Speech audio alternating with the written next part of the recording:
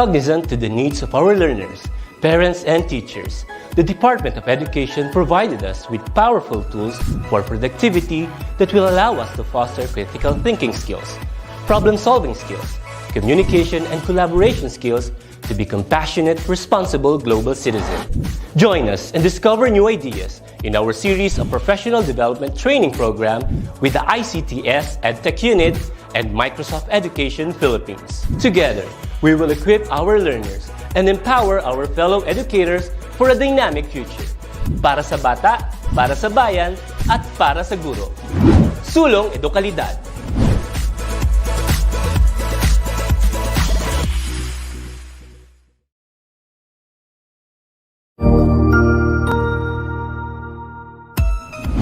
Mabuhay! Good day to all! I am your tutor Madge.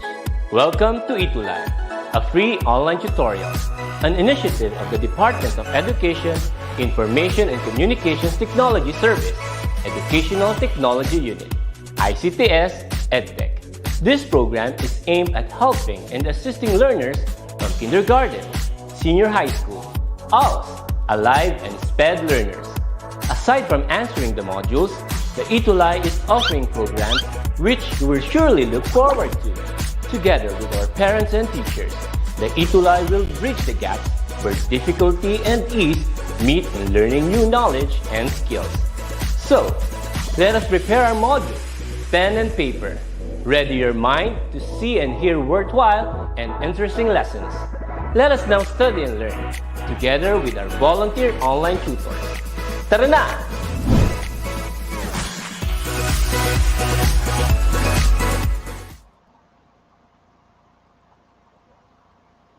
Hi everyone, good afternoon from Luzon, Visayas, and Mindanao.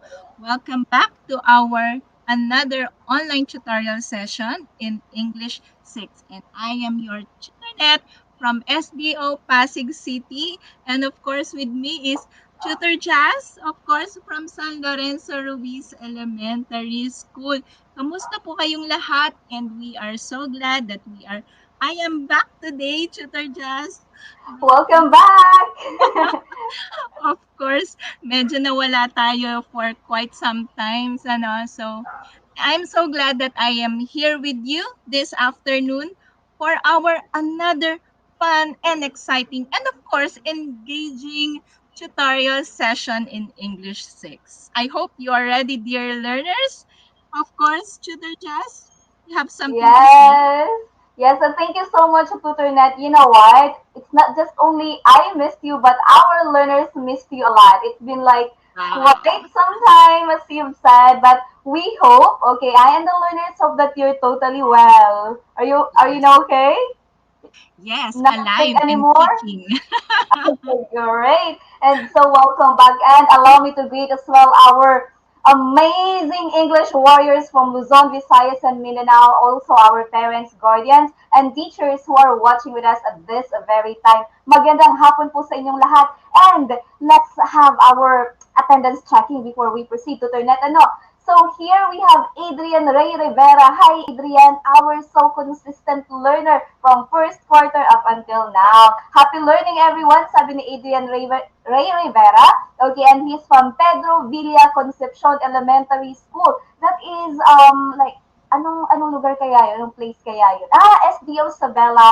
Hi, Adrian. Also, Johnson Veray, Roxylene Aderol, Maria Teresa Laranjo Parial, and Arian Miles Felipe, and Laika Alea, Princess Lorraine Del Rosario from, who's this one?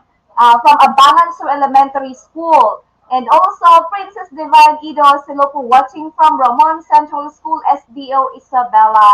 Okay, and we also have here, wow, so many hinihingal ako, kinakapos ako ng hininga sa dami today. Okay, Angelic Marie Salazar, good afternoon for watching from Marilao Central Integrated School. Oh, that is from, I guess, Bulacan. Bulacan, Okay, yes. Patricia Denise Stanislao, okay, from Pangasinan. Magandang hapon sa inyong lahat. Okay, let's now begin our tutorial because our time is just so limited.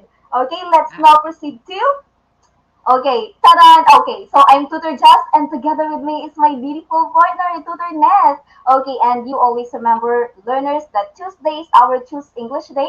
That's every 1 p.m. to 1:40 p.m. And since we're finished with our week 6, we're going to have our week 7. Tutor Net, tingnan mo nga naman, napakabilis talaga ng panahon. Yes, One more last. Okay, last imagine two. ba? No, Last, last two na yes. tayo. Okay, yes. Okay, so since learners, we're going to have the week 7 right now. We will be talking about on how to distinguish, or we will distinguish broadcast media from printed sources of information. Okay, but let us give credit and let us give thanks first to the Self-Learning Mojo team who have crafted our mojo na gagamitin natin this afternoon. Okay, so we have here from the writers, editors, reviewers, illustrator, layout artists, and of course the management team. Thank you so much for your hard work. And also, okay, here's our topic. But Tutornet, what do you expect our learners to learn at the end of this tutorial? Of course, Tutor Jazz, today at the end of this tutorial, our learners should be able to distinguish broadcast media from printed sources of information. Isn't it that Yes. exciting? Mm-mm. Okay, thank you so much, Tutornet. And learners, okay, all over the Philippines, narinig nyo si Tutornet. So, dapat daw at the end of this tutorial, okay, you have to distinguish. Maybe you can compare and contrast what's this broadcast media and what is this printed sources of information or printed media we said. Okay, and week 6, nagkita-kita tayo ng week 6. Okay, let me flex to you. Flex bang tawag doon? Okay, the output ng mga ginawa ng iba sa inyo. Okay? So we have here, hi Adrian Ray. Okay, good job. Thank you for always doing your output. Okay, so we can see it. Okay, great. And we also have, nakikita pa, nandiyan pa talaga kung paano niya ginawa yun, kung gaano siya katutok sa ating ETUlay online tutorial. Very good enough. And let's now proceed to JV Gadi. Okay, si JV Gadi is from Malauli Elementary School. That is from SDO Pampanga. You're also very good. And we also have here Trisha Lorraine Paguyo. Si Trisha Lorraine ay from Rojas East District. That is from SDO Isabela. Okay, and we also have here Gerald RV Dula Cantor. Si RV naman ay from SDO Isabela as well. Okay, oh, very good.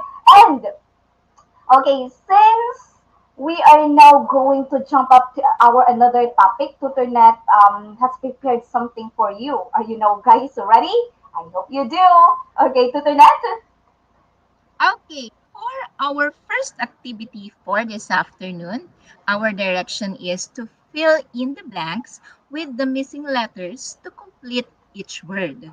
Okay, so there are letters or there are missing letters, and what you're going to do is to in, no? Fill in the blanks. Okay, are you now ready? Let's start with number one. Okay, blank is a learning material used as a standard work for the study of a particular subject. Okay, learners, type in now your answers to number one. Okay, ang dami agad nakasagot. Si Trisha Lorraine M. Paguyo says it's textbook. Angelic Marie Salazar, si Roxy, si Gwyneth. Uy, Gwyneth, hello! Si Arian, si Princess, si Kyle, si Trisha Denise, Stanislaw. Okay, let us see if your answers are correct. Of course, good job, learners, for our number one. Okay, let's proceed to item number two. Okay, so there are missing letters in our word, and there you have it, your uh, clue letters, ano? So, blank is a periodical publication containing articles and illustrations, typically covering a particular subject or area of interest. Okay, what do you think it is? Yes, for number two, Johnson Viray says magazine. Keeping Ember magazine, Ella Alicer, okay.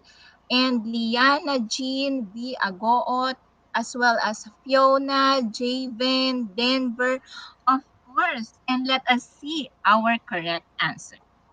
Of course, that is what? Magazine. Good job, learners. Let's proceed now to number 3. Okay, it is a printed publication that is usually issued daily or weekly, consisting of folded, unstapled sheets which contain news, feature articles, advertisements, and correspondence.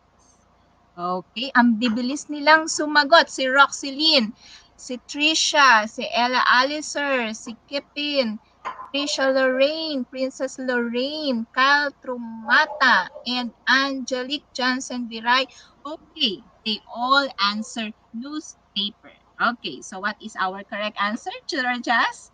Of course, it is a newspaper. Wow, ay may pa-effect si Tutor Jazz. Gusto ko yan. Okay, next, number 4. All right.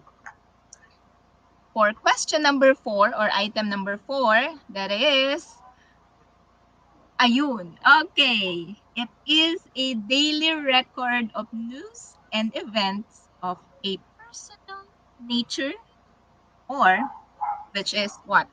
A diary. Ano kaya ito? What is that? Yes, K, answer newspaper, si Alia Alonso, si Roxylene, si Jansen Biray, si Laika, Aryan Miles Felipe, Rian Jean V. Agoot. They all answers is what? Of course, that is journal. Sabi nila journal. Tudor Jazz, what is the correct answer? Okay, there you have it. And that is a journal. Wow, ang cute ng star. Number 5. It is a student's book containing instruction and exercises relating to a particular subject. Okay, so what do you think it is?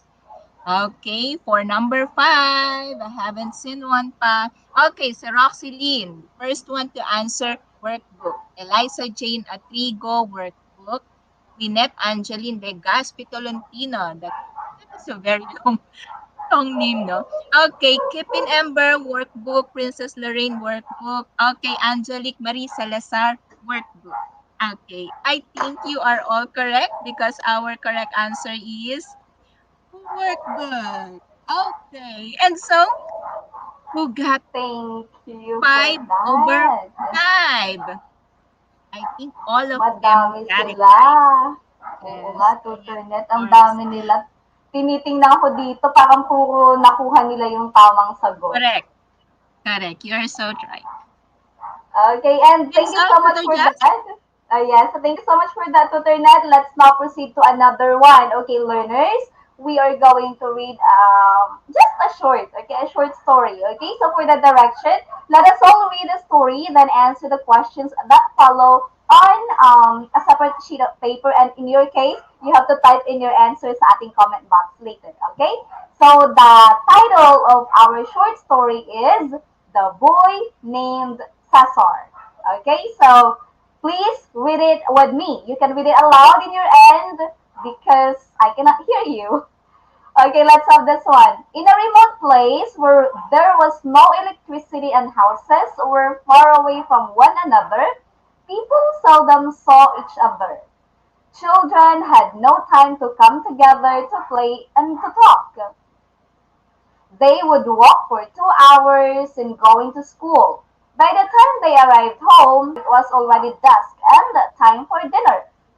After dinner, Cesar and his siblings would start to review their lesson. Sorry for that typo error. Then they would listen to the radio. Okay, and then the family loved to listen to the radio drama program. It was the best time for them to bond after a busy day. This was one of Cesar's hobbies, too. He understood and appreciated the drama program and he even remembered all the details of it. He had an excellent he had an excellent listening skill. All right, so one more time, learners. The title of the short story is The Boy Named Cesar, right? I prepared like, how many questions do I have in here? I guess it's 4 or 5. Let's see. Question number one. Okay, learners, please type in your answers sa ating question number one. What is the name of the boy in the story? You always remember to answer teacher in a complete sentence. Type in your answer now. Okay, Jensen Veray. Okay, I saw your answer. Okay, as much as possible. Ano po, you have to answer me in a complete sentence. Okay, Jensen Veray, Roxeline, and Laika Aliyah. Okay, that's Cesar. And then, the correct answer is, yeah, that's really the correct answer. The name of the boy in the story is Cesar. And question number two, what did Cesar and his siblings do after dinner? When we say siblings, okay, that means, what do we mean to turn at my siblings? Oh, a brother or a sister? Oh, yes, and thank you so much for that, Tutornet, for unlocking the vocabulary that we have here. Okay, learners, ano daw yung ginagawa ng magkakapatid after dinner? Alright? Okay, o si Gwyneth Tolentino, sumagot siya ng complete sentence. Very good. Okay, for number two, sabi ni Arian Miles Felipe, it's Cesar and his siblings would start to review their lessons. Okay, would start to review their lessons. That's right. Okay, they reviewed their lessons and listened to the radio. Oh, how about kayo? Okay, how about you, learners? What do you usually do with your siblings if you do have after eating dinner? I guess alam ko na, Tutornet. Watch TV ano? Playing Usually, games, games. Okay, great, good. online Okay. games. Alright, tama. Okay, so great. Number three question, learners. Why did Cesar and his family listen to the radio? Like, why did Cesar and his family listen to the radio? Okay, number three, what is your answer? Oh, number two pala nakikita ko. Okay, Angelic Marie Salazar, Princess Lorraine Del Rosario, number two. Gwyneth, number two pa rin. Number three, how about your answer for number three? Come on, you can do it. Why did Cesar and his family listen to the radio? Sige nga po, may nakikita ka na bang sagot, Tutornet? Parang wala pa yata ako nakikita. Ikaw Wala ba? pa. Yes, Wala we pa have talaga. one. Yes. Okay. Hi, how do you say? Rihanna Lo Fronda. Good afternoon po. Watching from Baligatan Elementary School. Hi, Rihanna. Okay, anyways, okay, the reason why Cesar and his family listen to the radio is because, sabi ni Shandy Ivora Merora, it was the best time for them to bond after a busy day. Okay? So, merong bonding. Ito yung bonding nila after going through a very long day, like a busy day for them. Okay? So that's correct, Shandy. Good job. Okay, it was the best time for them to bond after a busy day. Okay, question number four. Why did Cesar remember all the details in the radio drama program? Bakit kaya not really kabisado, but naalala ni Cesar yung mga detalye or information about the radio drama program? Why? Okay, why? So, this is reason. Okay, bakit po kaya? This is going to be our last question. Okay, so si Shandy na naman, ang bilis ni Shandy mag-type na. Okay, sabi ni Shandy, he must have excellent listening skill. Okay, or he has good listening skill actually. Okay, so that's right, Shandy. Okay, for number four, he must really have an amazing or good, excellent skill. Okay, great. Tama yun. Okay, so, learners, okay, before we proceed to our discussion, which TutorNet is going to discuss to you later on, okay, let's have a quick, recap or review. In the previous lesson, okay, we have learned that what? We have learned that viewing materials are visual in nature. That was our topic last Tuesday, right? They may be in the form of pictures, or let's say photographs, cinema and video films, videotapes, painting, sculpture, architecture, and so on and so forth. Moreover, you have also learned about the examples and characteristics of print materials. Okay, last week we talked about viewing materials, print materials. But in this lesson, learners, you will learn how to compare and contrast viewing materials in print media from broadcast media. Again, so this afternoon we will be learning the similarities and differences, okay, distinguishing, Okay, there's similarities, differences, compare, contrast. Ang ano po, viewing materials in print media from broadcast media. Yan naman po yung pag-aaralan natin this afternoon. Okay? So, Tutor Net, Oh yes, of course. Sabi nga ni Tutor Jess, today you're going to learn how to compare and contrast viewing materials in print media from broadcast media. So we will be dealing two viewing materials. Okay, the first one is the print media. Okay, so when we say print media, it is a means of a mass communication in the form of magazines, newspapers, books, circulars, journals, pamphlets, and periodicals, and so much more. Okay, so when we say print media, it also what? It also involves the usage of a physical medium. Okay, ano yung mga physical medium na yon? Such as we have the paper, okay, and it is printed and distributed by a publishing company. So, merong nagdi-distribute ng mga papers na to.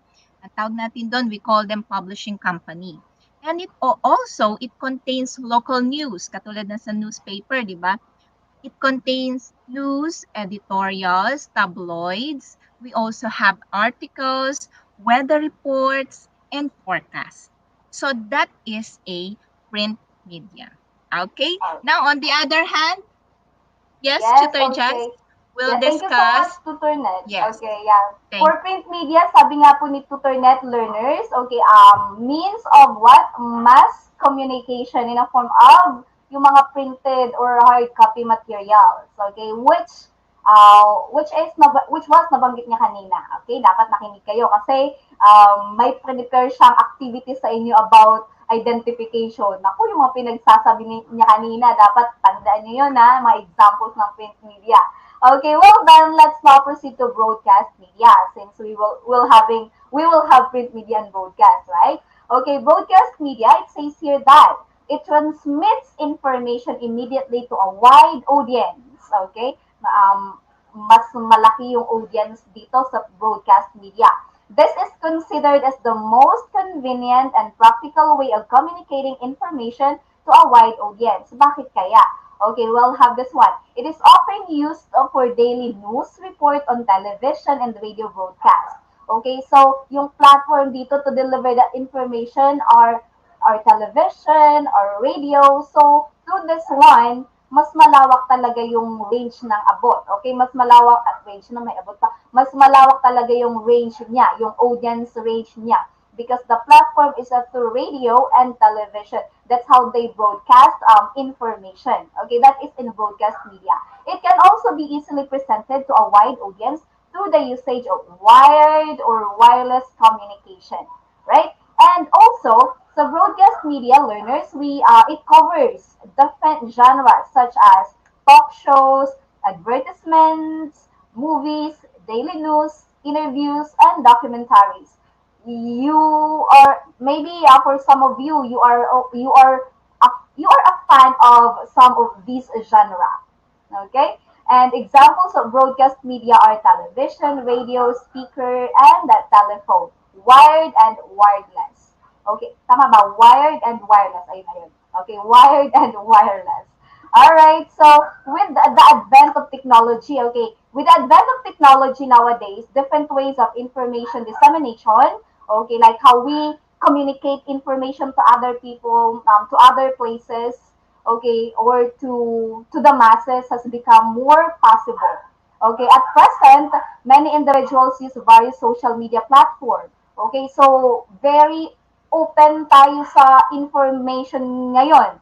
Ang dami nating sources of information. Okay? So sa social media platforms pa lang, ang dami na. Okay? Like, we can really search information in there, we can share it, we can communicate with one another. Okay, and information can now be shared not only through print media, yung sinabi ni Tutor Nat kanina, not only through that, not only the newspaper, the printed one, ano pa nga ba yung kanina sabi niya, circulars, journals, but also we can communicate, we can get information through broadcast media, which is eto yon, okay? Anong venue na to, anong platform? That's through television, telephone, radio, and a lot more. Okay, but then since we're talking about a teacher, sabi mo ang daming pinanggagalingan ng information, and we can really get a lot of information or sources of information.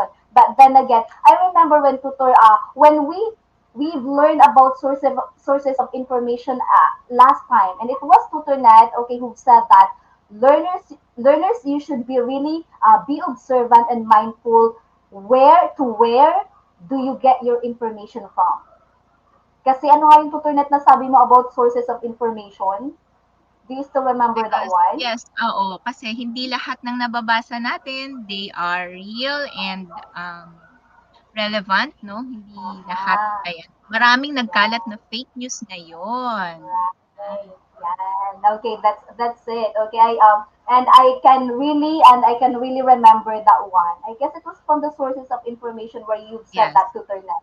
Okay, yes, learners, it is always okay. It's always a must, and you should always remember that you should be very vigilant, be very observant, because hindi lahat ng nababasa ninyo, naririnig ninyo, nakikita ninyo ay reliable. Okay, when getting information, you go to the reliable sources and yung credible sources naman, credible. credible Right. reference.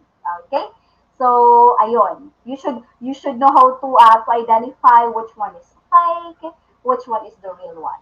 Okay? So again, so we're now finished with the print media and broadcast media. I hope that you guys are still listening and still learning. Okay, and for that one, we have here an activity, okay, for our what's more, okay, which I am going to, okay, to give it to you. Okay, for the direction learners, you have to compare and contrast print media and broadcast media by putting a check mark. Check po iyan, ha? Mukhang slash lang. Parang slash nga siya. Sorry, check yan. Okay, check mark in the column that corresponds to the given characteristics. Learners, you just have to type in your answers. Okay. Oh, hi. Good afternoon, Ma'am Rowella Plana. Okay. Watching from San Lorenzo Ruiz Elementary School. I hope that you're better na. Okay, are you well? Okay, anyways, going back. Okay, so type in your answers. So siguro yung check, wala namang check no pag nagko-comment tayo tutornet. Slash nga lang, no? Tama ba, tutornet? Yung check Merong mark. emoji na check. May emoji. Oh, sige. Okay, learners, you can type in or you can comment the emoji check. Okay? Or kung wala naman, sige, Wala. yung slash na lang. Okay? Type in the slash. Ready? Set, go. Parang race lang, ano? Okay, so ito yun. Okay, so we have here the characteristics. Saan nga ba itong characteristics na makikita? Sa print media ba or sa broadcast media? Number one, it can be distributed daily, weekly, monthly, quarterly, and even annually. Oh, parang narinig ko to kanina kay Tutornet. So, saan ito? Sa print media or... okay. Sa print media or broadcast media. Learners, okay, write the item number followed by your answer. Go ahead. Is it sa print media? Ay, hindi pala nila ito check no? Kasi nandito sa akin. Pakilagay na lang, type in if it is print media or broadcast media. But if your answer is both, like print media and broadcast media, lagay ninyo both. Okay? Because you cannot do that one. Oh, meron dito si Angelique Marie Salazar. Number one, Yes. check, tapos nilagay broadcast media. Oh, pwede din yan. Very good. Okay. So, ayan, pwede din yung maginagawa ninyo. Number one, Johnson Veray, Arian Miles, Gwyneth, Roxeline, Emre, Rihanna, and Angelique Marie. That's print media.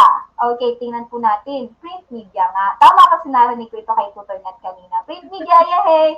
Number two, ay, ano ba iyan sa number two? Meron na! Ano ba yan, tutor? Free Okay. item. Oo. Bonus na.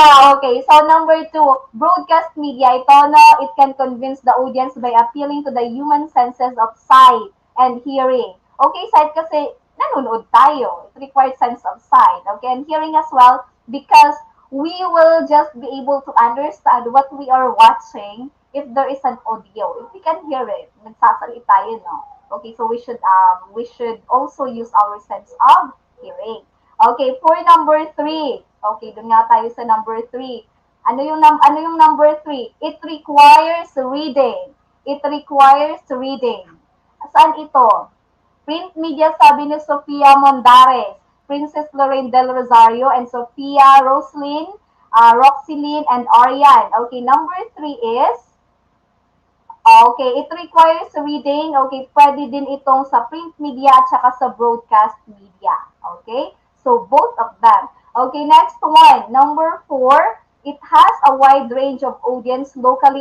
But for number 3, like more on tutornet, more on reading print media lang. Print media ito, ano? Like most of the time, 90% or 99% or 90% is for print media. It requires reading. Okay, kasi print media, ano yun eh, it requires reading kasi babasahin mo sa printed copies. Okay, kay broadcast naman, like 90% dito ay it requires watching. Okay, so ganun yan. But there are also like platforms that requires reading, both print and broadcast. Okay, next po, number 4. Okay, number 4. It has a wider range of audience, locally, even internationally. Broadcast media, sabi ni Sian Ardonia, Roxely, Arian Jansen Veray, um, Rihanna Lu Fronda, okay, and Adrian Ray Rivera. A wider range of audience. Okay, your answer is really correct. Okay, broadcast yun. Okay, and number 5. It's tangible information. Okay, it's tangible information is structured to be reread. Ano kaya ito? Tangible information is structured to be reread. Okay, number 5. Come on, show me. Okay, sabi ni Shandy, that's print media, like Aliyah, Emre, Princess, and Sian. Okay, number 5 is, okay, print media. Very good. Okay, print media. And number 6, learners. Last one. It helps create awareness and share information on larger scale. Okay, larger scale. Mas maraming audience. Number 6 is, okay, hi Vanessa Alimoro, watching from SDO Pampanga. Good afternoon. Okay, come on now, number 6, learners. Okay, both, sabi ni Adrian Ray Rivera, both daw. Okay, let's see. Okay, so broadcast media ito more on. But yeah, your possible answer din po yung both. Okay? So, yung print media, pwede din siyang it also create awareness and share information on larger scale. Okay? It's case to case basis. All right, thank you so much for doing so great sa ating What's More activity, and because of that, I'm going to give you a very big thumbs up. Very kasi hindi siya ng aking Wow! face. Okay, yes? Tutor Ness? Yes, thank you, Tutor Jazz. Of course, we have learned a lot from our session for today. Ano? Now, let us see if you really have learned a lot for this afternoon. Okay, so what you're going to do is to fill in the blanks in this activity. You're going to fill in the blanks with the missing words. Okay, okay, type in your answer. No, you can write your answer on a separate sheet, but of course for this session, you're going to type in your answer in our comment section. I know you are ready. Okay, let's proceed with the first paragraph. Okay, so I will read to you the paragraph, the first paragraph, and maybe you can type in the number first and then your answer. Okay, so let's proceed first to number 1. Okay, blank is a means of mass communication in the form of blank. Sunod-sunod kasi to, no? And then blank. And then, ito, examples na to. Books, circulars, journals, blank, and ayan, blank. So, this involves the usage of a physical medium such as paper and is printed and distributed by a publishing company. Okay, ako ang nagbanggit nitong first paragraph na to. Let us see your answers in our comment section. Okay, number 1 muna. Ayan, si Gwyneth. Meron na agad sagot si Gwyneth. Mabilis talaga si Gwyneth. Okay, number 1 is print media. Okay, how about the other learners? Okay, and si Adrian Ray Rivera also says print media. Okay. So, for number 1, our correct answer is, ayan na. Okay, andito na. Kaso tutunet, pag flinash ko ito, nandito na lahat yung sagot. Nagkaano ba lahat? Pero may nakita ko tutornet, may nakita akong learner natin na sinagot na yung 1 to 5. Okay. So, let us see. Ayan, andyan na yung mga sagot nila. Let us see. Si Trisha Denise, si Vanessa Alimorong, ayan. Si Alia Alonzo, meron na siya. Si Arian Mas, meron na siyang sagot sa 1 to 5. Sabi ni Arian, teka, stop ko lang. Arian, sabi ni Arian, number 1 niya, printed media. Number 2, magazine. Number 3, newspaper. Number 4, pamphlets. And number 5, periodicals. Okay, very good. Arian Miles Felipe. Okay. How about the other? Talagang yung iba, talagang tinype nilang magkakaiba no, sa ating comment section. And I'm lauded everyone, itong mga ating mga learners. Very active talaga sila. Now, let us show them the correct answer. Tutor Jazz. Ayun, isahan talaga silang lumalabas. Okay. So, those are the correct answer for number 1, print media, magazine, newspaper, pamphlet, and periodicals. Okay. Next one. Okay. So, let's proceed now to the second paragraph. Ayan. Okay, parang nabasa ko na yan kanina. It involves the usage. Okay. So, let's proceed to number 6. Okay. Blank transmits information immediately to the wide possible audience, classified as the most convenient and practical way of communicating information to a wide audience. To a wide audience. Yan, ha? It is often used for daily news reports on television and radio broadcast. Okay, ano kaya itong item number 6 natin? Ayan, marami na singmagot. Si Laika Alea says it broadcast media. And Angelique, Roxylene, Trisha Denise, broadcast media also. Okay, so I can see a lot of them are answering broadcast media.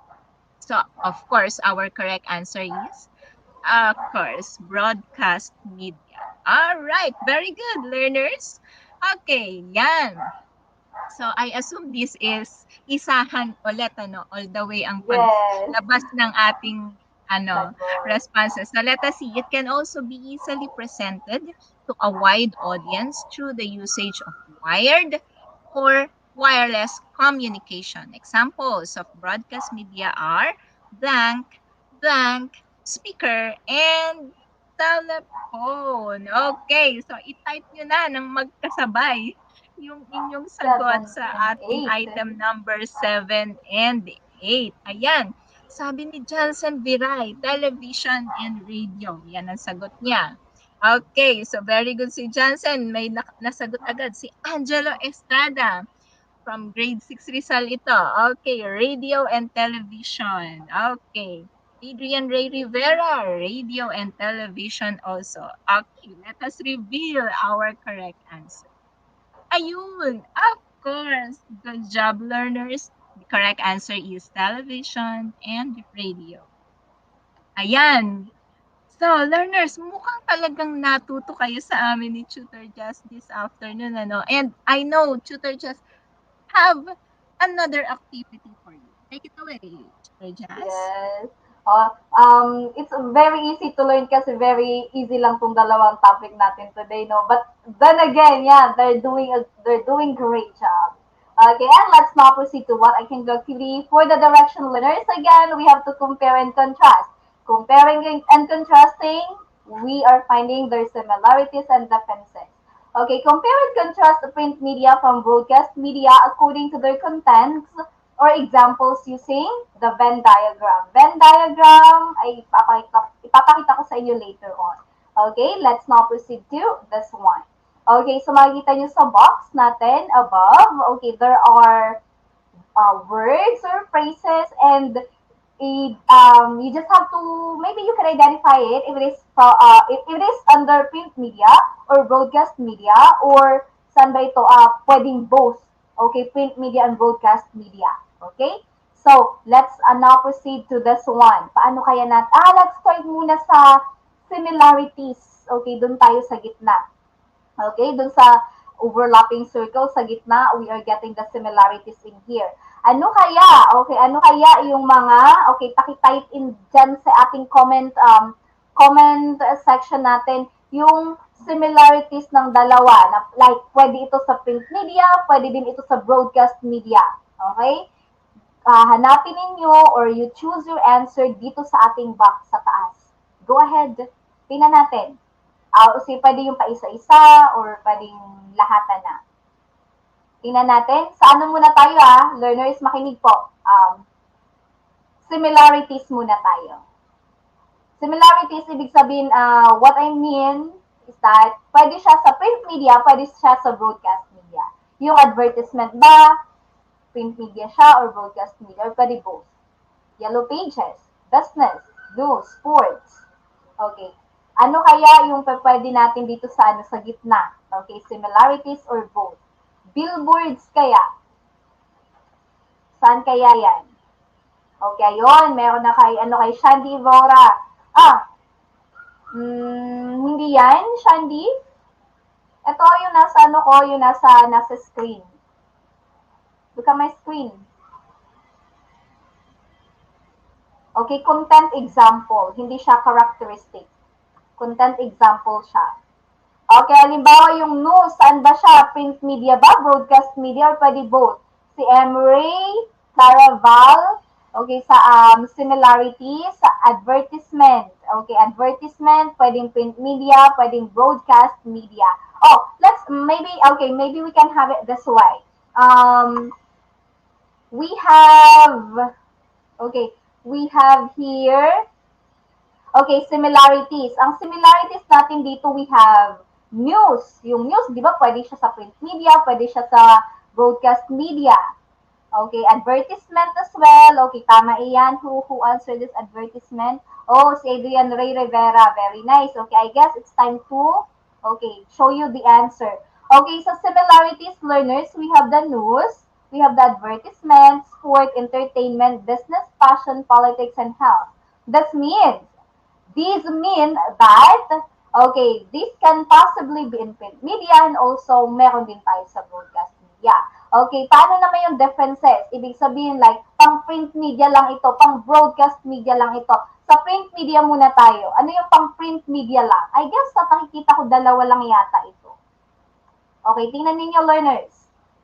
Kung parehas meron ang broadcast at saka print ng news, advertisement, sports, entertainment, business, fashion, politics, and health, how about yung pang print media lang? Okay, may nakikita na ako dito. Okay, pang print media lang ay, meron ditong billboards, okay, and yellow pages. Very good. And, tingnan nga po natin. Okay, and ito naman pang broadcast media. Okay, we have noontime show and telenovelas. Ibig sabihin, yung noontime show, hindi siya pwede pang print media, pang broadcast media lang siya. Okay? Same with telenovelas. Hindi siya pwedeng pang print media, pang broadcast lang siya. And vice versa. Ganun yung print media, yung billboards, yung yellow pages, print lang siya, hindi siya pwedeng broadcast. Okay? Pero yung nasa gitna natin, pwedeng pang print, pwedeng pang broadcast. You get it? Okay, so these are how we compare and contrast the content examples. Okay, let's now proceed to the next one. Okay, let's see if you've learned something today. Okay. With Tutor Jazz activities, what you did is to identify yung mismong content ng print media and ng broadcast media, and you have identified which one can be printed, which one can be broadcasted, So for this activity, what you're going to do is we're going to fill in the chart, wherein we're going to distinguish the similarities and differences between the two types of media. Ito na yung medyo sinasagot-sagot nyo kanina sa ating comment section. Medyo siguro ang focus nila kanina is yung talagang mismong features. No? Yung ating discuss kanina. So we have the different features of print media and broadcast media. Okay, so we have 7 items in here. So I'm going to read to you these 7 items and then screenshot nyo na sila. No? So you will be able to compare and contrast print media and broadcast media. Okay, the first one, it is lightweight, portable, disposable publications printed on paper. Tandaan nyo na, number 1. What is that? Okay. Number 2, it has no deadline for the collection of news and information as it can be updated anytime. Okay, number 3, it has a time limit for the collection of news and other information. Number 4, it is limited to a particular city, region, or country. For number 5, it offers live discussion and live programming. Okay, number 6, it provides the public with news on a daily basis. And number 7, it gives the audience a variety of information. Now, tutor, just let's show them the chart. Okay, so So, here number is, one muna. Okay. okay, Here. number 1 muna. Okay, so we have this chart, the comparison or compare and contrast chart. Okay, so we have the differences, again sa gitna yung similarities, differences both ng print media and broadcast media. Okay, so the first difference nila is of course yung number 1. Kasi yung print media, it is lightweight. Of course, it is printed. No, sa broadcast, it cannot be printed, of course. Okay, so that is one difference. Next, yung susunod natin na difference, okay, punta naman tayo sa broadcast media. Okay, kasi medyo wala na tayo, konti na lang yung time natin, no? So ano na natin yung sagot, Tutor Jazz. So it has no deadline. Okay, so that is another comparison between print media and broadcast media. It has no deadline for the collection of news and information. Pwedeng i-update anytime. It can be updated anytime. Okay, let's proceed with item number 3. Ano kaya yon? Difference, similarities, or differences? Item number 3. Ano kaya siya? Okay, differences na naman. Okay, so sa print media, ito under. Okay, because it has time limit for the collection. Okay. And then for number 4, let us see number 4. Difference ba siya or similarity? Okay, another difference between print media. So ito ay under the print media. Okay, limited to a particular city, region, or country. Kasi nga printed lang siya. So kung saan lang siya na ipamigay on a particular places, doon lang siya. Okay, next. Number 5, what is that? Okay, difference between broadcast media naman siya because it offers live discussion and live programming. Katulad natin. Okay, next. Number 6. Okay, yan. Nakakuha na tayo ng isang similar between them. It provides the public with news on a daily basis. Pareho silang nagbibigay ng news on a daily basis. Okay, next. And the last one is, it gives the audience a variety of information. Pareho sila. Print media and broadcast media. They both give the audience a variety of information. All right. And with that, Tutor Jazz, meron tayong Yes. activity. Okay. Thank you, Tutor Net. Okay, it's more on, it's more on really comparing and contrasting print media and broadcast media. All right, so let's now proceed to additional activity. This is going to be your additional activity for week 7. Here's the direction, learners. I'm going to upload it as well sa ating page. Okay, dito ninyo, screenshot na din if you want to. Okay, and here's the Venn diagram kung saan kayo magsasagot. Dito ninyo i-submit yung work ninyo. It's because it's easier for us to see, okay, your work and to check rather your work, okay, if you're going to post it in here. Okay, pagka-upload namin, doon nyo i-comment yung sagot ninyo, okay po? Okay, and I guess that's all for today, And Tutor Net. of course, thank you for this afternoon. And of course, we would like to invite you to screenshot, pwedeng screenshot to, pwedeng picture, to answer our feedback form. Okay, so yan yung ating QR code. Just scan it through your phone and leave us some message. Okay, and that's it, Tutor Jazz. Okay, yes. So thank you, learners. Tutor Net, maybe you would want to close it first. Yes, that is what I am about to do.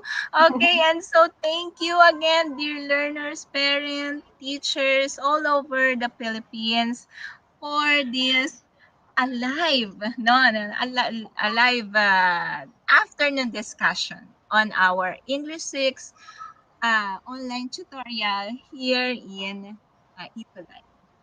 Okay, yes. Tutor Thank you so Jazz? much. Yes, thank you so much, Tutor Net. And really, I'm glad to have you. It's your first time in 2022. Correct.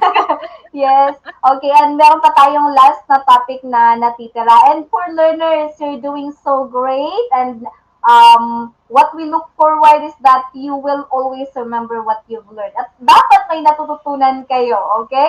And up next is Tutor Dries and Tutor Arnel for English 7 learners. We are going to see you again on Tuesday. And do not forget that Tuesday is our Choose English English Day. Day. Yes, bye for now, learners. Bye.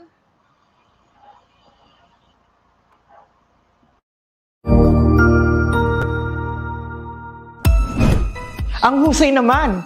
Natapos mo ang iyong tutorial session kasama ang iyong mahusay na ETUlay tutor. May bago ka bang natutuhan? I-share na yan gamit ang hashtag #ETUlayLevelUp. Huwag aalis ha dahil may susunod pang programa na pwede mo ring panoorin at salihan dahil naghihintay na ang iyong mga tutors. Happy learning dito sa ETUlay!